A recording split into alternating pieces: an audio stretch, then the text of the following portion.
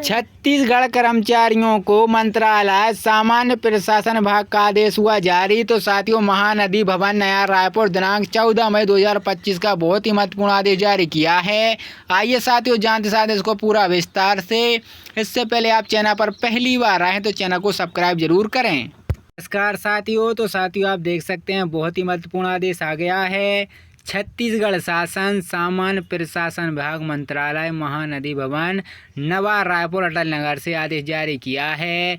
नवा रायपुर दिनांक 13/5/2025 को साथियों आदेश आया है। तो साथियों आप देख सकते हैं राज्य शासन एतद द्वारा निम्नलिखित अधीन भू अभिलेख तहसीलदारों को राज्य प्रशासनिक सेवा के कनिष्ठ श्रेणी वेतनमान में डिप्टी कलेक्टर के पद पर वेतन मैट्रिक के लेवल को 12 में पदोन्नत करते हुए कार्यभार ग्रहण करने की दिनांक से उनके नाम से सम्मुख कॉलम नंबर में दर्शाए हुए अस्थायी रूप से आगामी आदेश पर्याप्त पर पदस्थ करता है। वहीं साथियों छत्तीसगढ़ सरकार ने तहसीलदार को डिप्टी कलेक्टर के पद पर पदोन्नत किया, जिसमें कई को नई जगहों पर पोस्टिंग मिली है। बस्तर में ड्यूटी कर रहे अधिकारियों को रायपुर किया गया है ट्रांसफर। आदेश के मुताबिक 18 तहसीलदारों को डिप्टी कलेक्टर बनाया गया है। सामान्य प्रशासन विभाग द्वारा मंगलवार रात जारी आदेश के अनुसार इन अधिकारियों को उनके कार्य के अनुभव और सेवा में उत्कृष्टता के आधार पर पदोन्नति की गई है। पदोन्नति अधिकारियों की नई नियुक्ति और पदस्थापना पर जल्द ही तय की जाएगी। राज्य सरकार ने उम्मीद जताई है कि ये अधिकारी अपने अनुभव और निष्ठा के साथ नई जिम्मेदारी को कुशलता से निभाएंगे। वहीं साथियों मुख्यमंत्री विष्णुदेव साय की अध्यक्षता में आज यहां मंत्रालय महानदी भवन में आयोजित कैबिनेट की बैठक में अनेक महत्वपूर्ण निर्णय लिए गए हैं।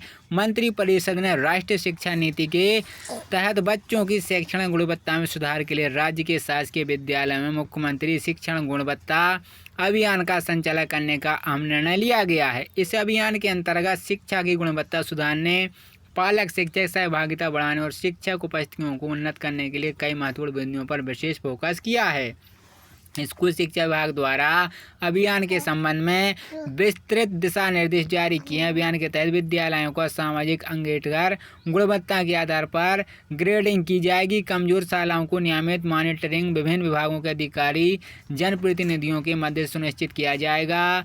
मॉडल शालाओं का चयन कर कमजोर शालाओं के शिक्षकों को वहां शैक्षणिक भ्रमण कराया जाएगा। पालक शिक्षक बैठकों पीएम के मध्य से अभियानों की सक्रिय सहभागिता सुनिश्चित की जाएगी। विद्यार्थियों को शैक्षणिक उपलब्धि वृद्धि के लिए कक्षा शिक्षक प्रक्रियाओं को सुधार किया जाएगा। मंत्रिपरिषद ने साहित्य और कला के क्षेत्र में राज्य के पर्यायग्रस्त कलाकारों साहित्य कलाकारों के लिए बड़ी राहत देने का निर्णय लिया है।